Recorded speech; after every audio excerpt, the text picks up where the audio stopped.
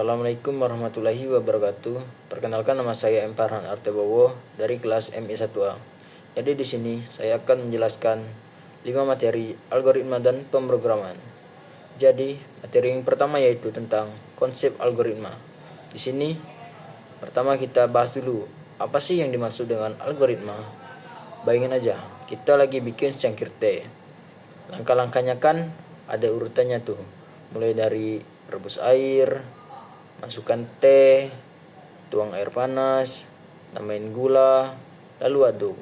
Nah, urutan langkah-langkah itu disebut algoritma.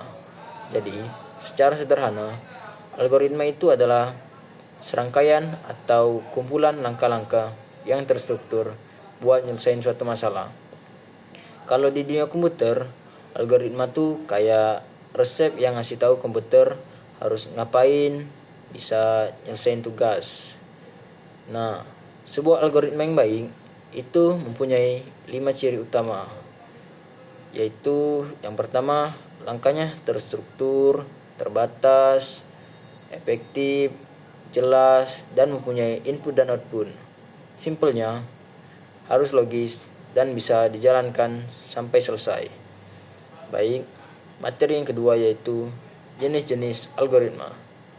Di materi kedua ini kita bahas dulu jenis-jenis algoritma itu apa aja. Jadi sebenarnya ada banyak cara buat nyelesain masalah tergantung pendekatannya.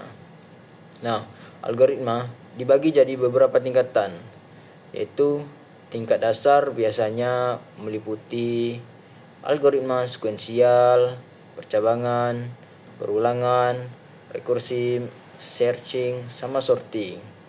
Kalau udah menengah, ada yang lebih kompleks kayak divide, conquer, greedy, dynamic programming, backtracking, dan brute force. Sedangkan tingkat tinggi itu biasanya udah masuk ke hal-hal yang seperti heuristik, meta-heuristik, atau algoritma paralel. Jadi, tujuannya biar solusi yang kita buat itu lebih efektif dan efisien, tergantung masalah yang dihadapi. Baik, lanjut ke materi yang ketiga yaitu tahapan merancang algoritma. Nah, di slide ketiga ini atau materi ketiga ini kita masuk ke tahapan perancangan algoritma. Sebelum kita bikin program, kita perlu rancang dulu langkah-langkah logisnya supaya masalah bisa diselesaikan dengan cara yang paling sederhana dan efisien. Tahap-tahapannya ada 6. Yang pertama, pahami dulu masalahnya apa, dimintanya apa, dan apa yang diketahui. Yang kedua, analisis masalahnya. Kita tentuin dulu tuh inputnya apa, outputnya. Yang ketiga, susunan algoritmanya bisa dalam bentuk apa? Kayak ada bisa subcode, flowchart, atau narasi. Yang keempat, kita bisa implementasikan ke dalam program. Yang kelima yaitu uji dan evaluasi, apakah sudah benar, apakah masih ada yang salah.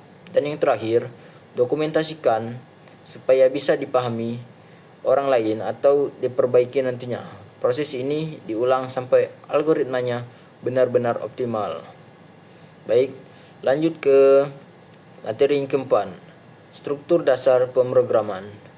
Di materi keempat ini, struktur dasar pemrograman itu proses menulis instruksi biar komputer bisa melakukan sesuatu.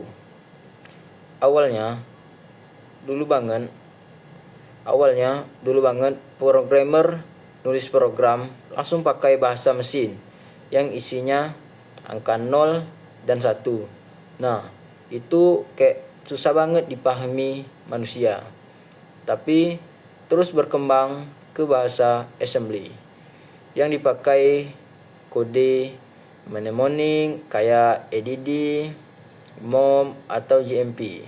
Nah, seiring waktu muncul bahasa tingkat tinggi seperti C++, Java, Python, dan lain-lain yang jauh lebih mudah dipahami dan dibaca oleh manusia.